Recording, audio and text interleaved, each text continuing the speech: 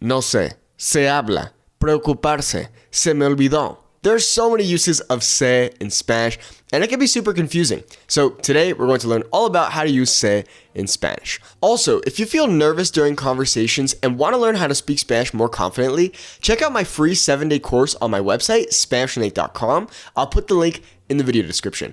Gracias. First, we have se as the reflexive pronoun. So this is when an object does something to itself. For example, él se lava las manos. Okay? He washes his hands. Él se lava las manos. Now, notice how we use las manos instead of saying sus manos, which would literally be his hands. And the reason we do that is because we have the little reflexive pronoun se, which is letting us know he is doing that to himself. Now, let's say we were to get rid of the se in this sense. We just said, él lava las manos. Well, now we don't know whose hands he's washing. Okay, so this could be her hands or their hands.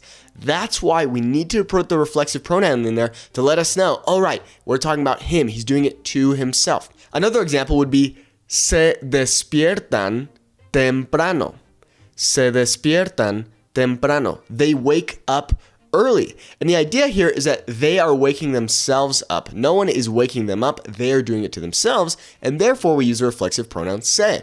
Se despiertan temprano. Next up, we have se for reciprocal actions. Now, this is very similar to the reflexive. However, instead of an object doing an action to itself, now we have two people or two subjects doing an action to each other. For example, ellos se abrazan. Ellos se abrazan. So they hug each other. Okay, so in this case, se is letting us know that they do this thing to each other. Another example could be, ustedes se ayudan. Ustedes se ayudan. You guys help each other.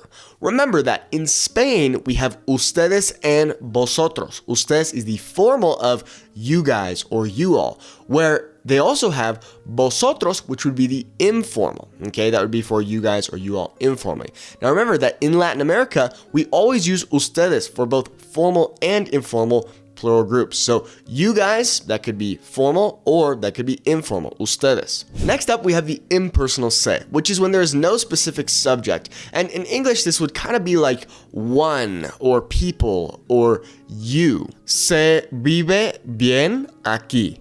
Se vive bien aquí. So the idea here is that one lives well here. Now, oftentimes as English speakers, we will say you, okay? You live well here. So it's like when we're saying you, but we're not specifically talking about you or tú, we're talking about people in general. You can have a great life here. I might not specifically be talking about you, I'm saying people in general can have a great life here. Se vive bien aquí. One lives well here. People live well here. Or you live well here. Another example is se dice que va a llover. Se dice que va a llover. Okay, so people are saying it's going to rain. And we don't know who these people are specifically. All we know is that people in general, not someone specific, but people in general are saying that it's going to rain. Next up, we have the passive se, which this is typically the hardest se for us English speakers to understand.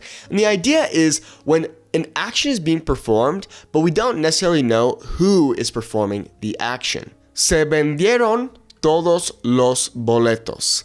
Se vendieron todos los boletos. So in this case, se vendieron, we don't know who sold the tickets. And therefore we put se on there to say, okay, well, someone sold the tickets. We don't know who, or maybe it's not very important, so we put the se on there. The most common use of the passive se is typically for advertisements. So for example, se vende una casa, or se vende casa, por ejemplo. Okay, so a house is being sold, or house for sale. We don't necessarily know who's selling the house, but we do know that someone is selling the house. Or here in Mexico City, it's very common to see se renta departamento. Se renta departamento. So apartment for rent, okay? We don't know who's renting it, but we know someone is. This can be a very confusing use of se, so if it's tripping you up, don't worry about it too much. Like I said, most often we'll see this when it comes to advertisements. The next example of se is when we use it for unexpected actions. So a really common example of this is se me olvidó. Se me olvidó.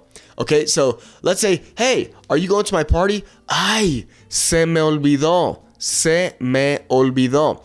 And it almost kind of takes the blame off you, and this unexpected thing kind of happened to you, but you didn't do it on purpose. So if you were to say, ay, olvidé, for example, it sounds like there was a lot of intention behind it, and you purposely forgot. Whereas se me olvidó is like, oh man, the forgetting happened to me. It completely escaped me.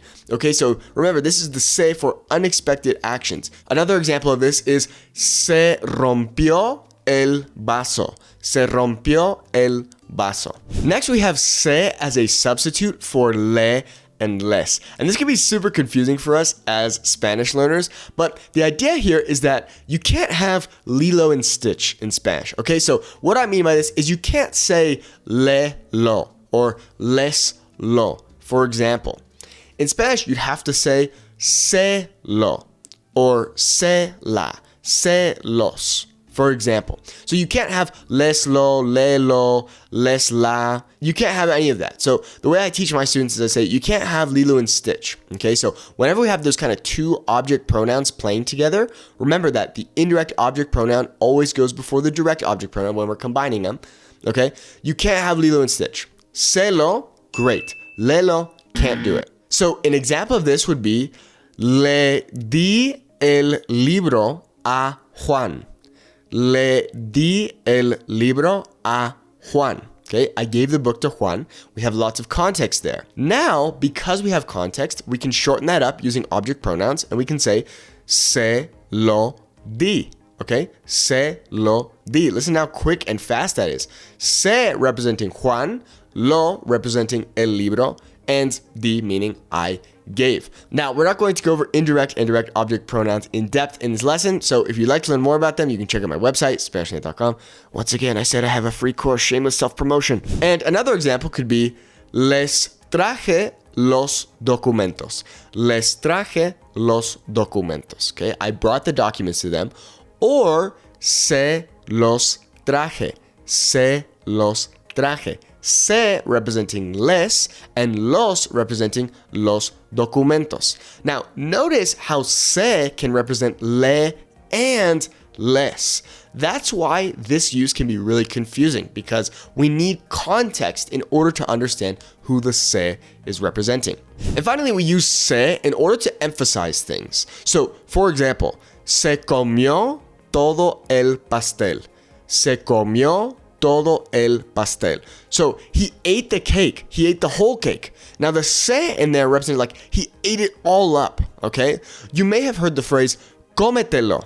Okay. If you've ever had an abuelita mexicana giving you food, you know that she'll say cómetelo, mijo, cómetelo. Okay.